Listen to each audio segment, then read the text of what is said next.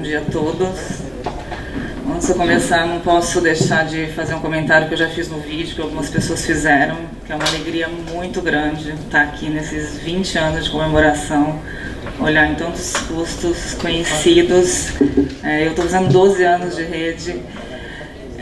Acho que a minha geração, da minha geração para trás pelo menos, todos nós somos em grande parte formados pela Rede Siste, muito pela Helena e pelo Cassolato, assim, grande parte do que a gente tenha, pro bem e pro mal, tem a contribuição deles, ônus e bônus, e olhar tantos rostos aqui, gente como a Vanessa, por exemplo, que eu descobri que era que eu conheci no IPE e descobri que era da rede depois, ou gente que eu conheci aqui, é uma alegria muito grande mesmo. Como eu disse, a gente aprende aqui, é uma relação muito afetuosa, acho que todo mundo aqui concorda.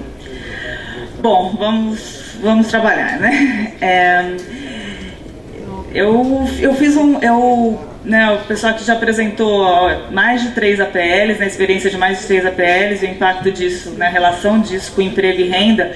Eu fiz um trabalho um pouco diferente, assim, eu fiz a lição de casa, eu li quase o livro inteiro. Quem aqui quase o livro inteiro? Acho que juro, por isso que eu não vim ontem.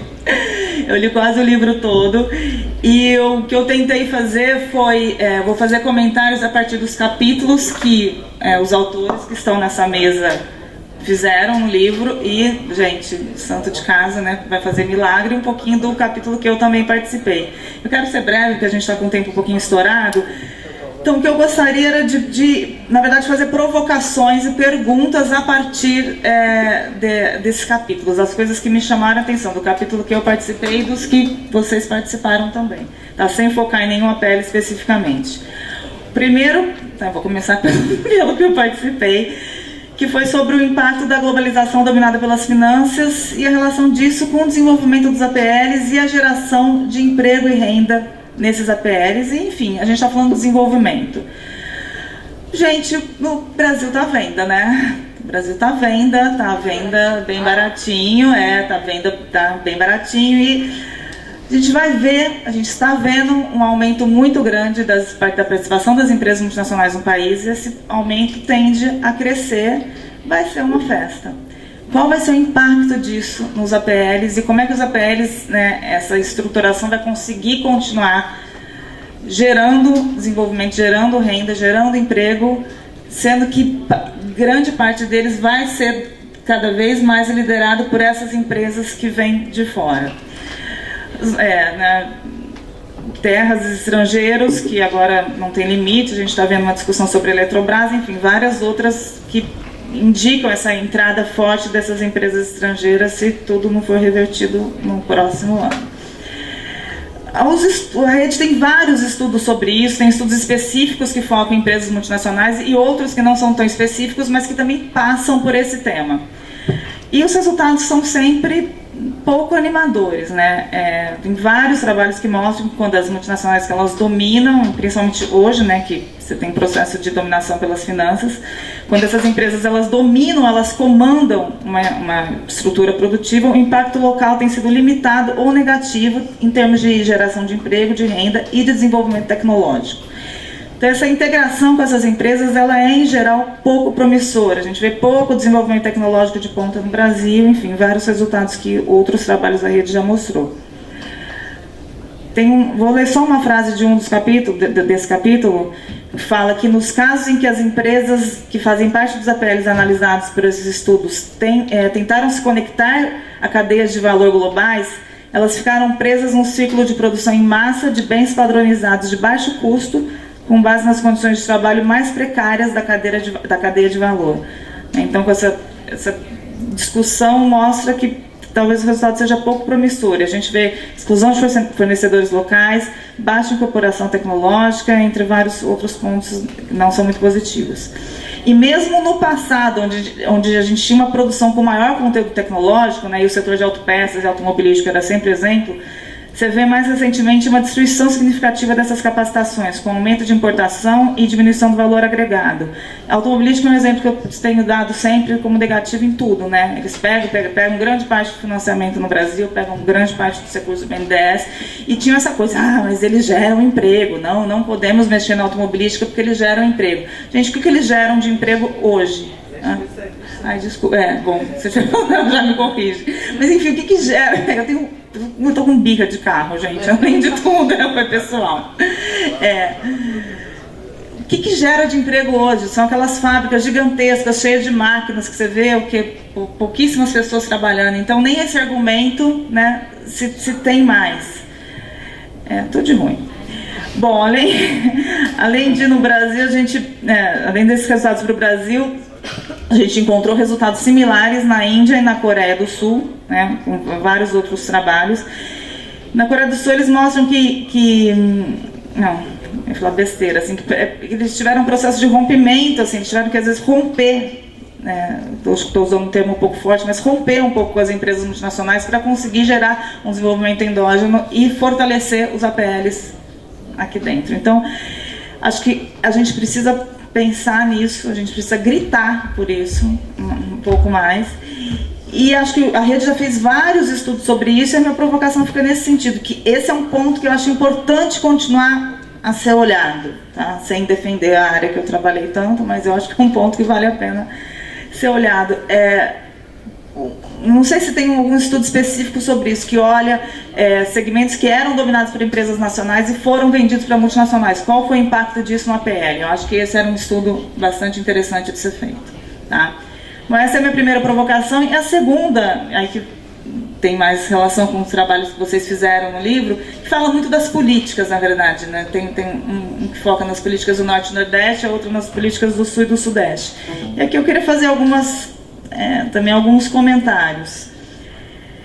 A gente está falando de 20 anos, né? Eu gosto de falar em 18, né? Porque eu não sei muito como a gente trata os últimos 2, 3 anos, mas enfim, né? Nesse período, há sim várias coisas a serem comemoradas, né? A gente teve vários momentos muito bons, assim, de um resgate das políticas de desenvolvimento, um ganho, né? Uma entrada desse foco sistêmico, que ele realmente ganhou espaço. Você conseguiu colocar na pauta, assim, ações conjuntas, a relação entre as empresas, a relação entre as organizações, a interação entre elas, e não só o tratamento das firmas individuais. Isso foi um ganho. Os APLs, eles entram mais fortemente na agenda das políticas públicas, em alguns lugares antes, como você falou, no Rio Grande do Sul, e em alguns lugares um pouco depois, mas eles entram. E entram também na pauta em nível nacional, né? Você vê que vários documentos oficiais, como os PPAs, o PACTI, a PDP, tem lá o APL, tem lá a política de apoio ao APL. Então, essa entrada do sistêmico, esse fortalecimento do sistêmico, eu acho que seria um ganho positivo. Agora, as limitações. Lendo sobre os APLs, a gente acabou de eu colaborei num livro que o Mauro coordenou sobre pequenas empresas, e aí você vê que os problemas que a gente identifica nos APLs, a gente também identificou em relação às pequenas empresas. Eu tenho estudado um pouco de economia solidária também, tecnologia social, a gente identifica problemas similares lá, e eu queria fazer um pouco uma integração entre todas essas visões. Primeiro, que a gente ainda tem uma dificuldade da incorporação dessa visão sistêmica. Ela ganhou um espaço, mas ela ainda há um espaço a ser percorrido. Eu vou dar um exemplo paralelo a isso, que eu fiz um trabalho sobre inovação no BNDES, e lá mesmo a gente viu que, apesar do banco ter avançado muito, o banco teve uma dificuldade em não focar. Uma besteira, a Cris me corrige aqui, a Helena também, mas uma dificuldade de não focar no projeto em si, né? Tirar esse foco do projeto e passar para o foco da empresa, para um foco um pouco mais amplo. Aquela lógica do projeto, né, que durou bastante tempo, ela teve uma dificuldade em quebrar. Então, passar a adotar uma visão sistêmica e uma visão de integração não é tão trivial. O outro ponto, que é uma limitação, acho que, dessa política, é a questão setorial. Então, o predomínio do olhar do setor, aquele setorzinho da CNAE, é difícil romper com isso. As políticas são muito voltadas ainda para esse segmento, e é difícil romper com isso. E, no caso, dependendo do APL que você está trabalhando, é necessário romper com isso, é necessário ir além também do predomínio do industrial, né? A indústria ainda domina, enfim, nas discussões. Apesar, eu coloquei aqui, os textos mostram que tem algumas exceções nisso, né? Alguns trabalhos sobre gemas, corantes, orgânicos, que conseguiram romper um pouco com essa visão. Um ponto que é muito importante destacar, que a gente discutiu muito quando a gente fala de pequena empresa, lá no IPEA também, é o privilégio né, principalmente na política, mas também nas análises, aos arranjos que são mais estruturados, mais maduros e mais organizados. Parece que, em geral, quem menos precisa, às vezes, é quem mais recebe. Quem é mais estruturado, quem já tem mais recursos, quem consegue chamar mais atenção, é quem acaba recebendo mais recurso. Isso vale, está em diversos segmentos. Então, no caso de pequena empresa, por exemplo, a pequena empresa que às vezes não tem uma garantia, que tem uma dificuldade, ou o segmento informal é o segmento que mais precisa, mas como ele não tem essa garantia para oferecer, ele é o segmento que acaba menos recebendo recurso. E às vezes em APL a gente viu a mesma coisa. Então, como direcionar a política para quem de fato precisa, né? Estou estourando meu tempo? Já, sabe? Tá, não, vou rápido. Vou acelerar aqui. Mais um ponto da política, que ela seguiu caminhos distintos nos estados brasileiros. O que isso significa? Uma diferença de maturidade entre os estados, ou é a falta de um projeto nacional que consiga colocar uma visão integradora e que todos os estados consigam evoluir de forma mais conjunta? Mais uma pergunta. Falta esse projeto integrador, né? Falta esse projeto nacional que consiga promover esse desenvolvimento, aí o APL dentro de um todo, ou a gente vai ficar tirando, né, com políticas separadas e independentes? Outro ponto que a Ana colocou também é a questão da alternância política. Qual que é o impacto disso? Né? A gente viu que em várias regiões você tem impacto disso nas políticas de apoio à APL. Como é que a gente barra isso, gente? A gente vê que em alguns países, assim, eu odeio isso, mas eu vou citar. Porque nos Estados Unidos, né, eu não gosto muito de dar esse exemplo antes, você vê lá, por exemplo, defesa é prioridade. Entra republicano, entra democrata, a defesa aumenta um pouco a prioridade, diminui um pouquinho, mas ela é prioridade. Como é que a gente faz com que no Brasil algumas coisas sejam prioridade, uma política, por exemplo, de apoio à PL seja prioridade e não sofra tantas oscilações de acordo com as mudanças, né, de política, como a gente está vendo agora? As instituições, elas tiveram, a institucionalidade dessa política, ela teve um papel muito relevante, mas até que ponto ela é capaz de barrar essa alternância política de forma significativa? Eu tenho mais coisas, mas eu só vou colocar mais um ponto. Então, a necessidade de inovações institucionais.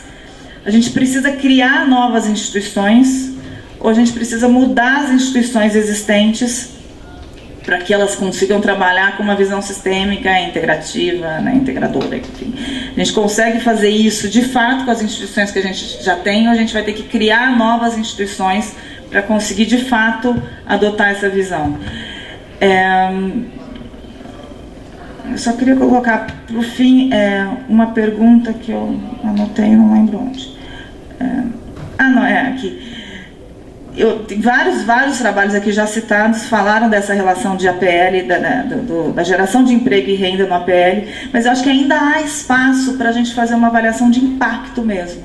Impacto é quando uma política passa a apoiar um determinado APL, qual foi o impacto disso na geração, um impacto estatístico mesmo, na geração de trabalho e renda nesse determinado APL. Eu não sei se é tão trivial. Quando eu fui estudar economia solidária, eu falei, por que eles não têm avaliação de renda, avaliação de emprego? Quando eu fui ver, a lógica era completamente diferente. A noção de família, não tem a família que trabalha numa determinada área. A família, às vezes, vem o vizinho, trabalha um dia com ele, depois o vizinho vai embora, trabalha uma pessoa da família, um tio vem, depois esse tio vai embora. Não tem essa lógica de família. Também não tem uma lógica de acumulação. Às vezes eles trabalham durante um tempo para se manter, sei lá, durante 2 semanas e falar, agora eu vou descansar. Então, essa avaliação de emprego e renda não é tão trivial, pelo menos na economia solidária, como eu esperava que fosse. Então, não sei se no APL a gente também teria alguma dificuldade em fazer esse tipo de avaliação, mas eu acho que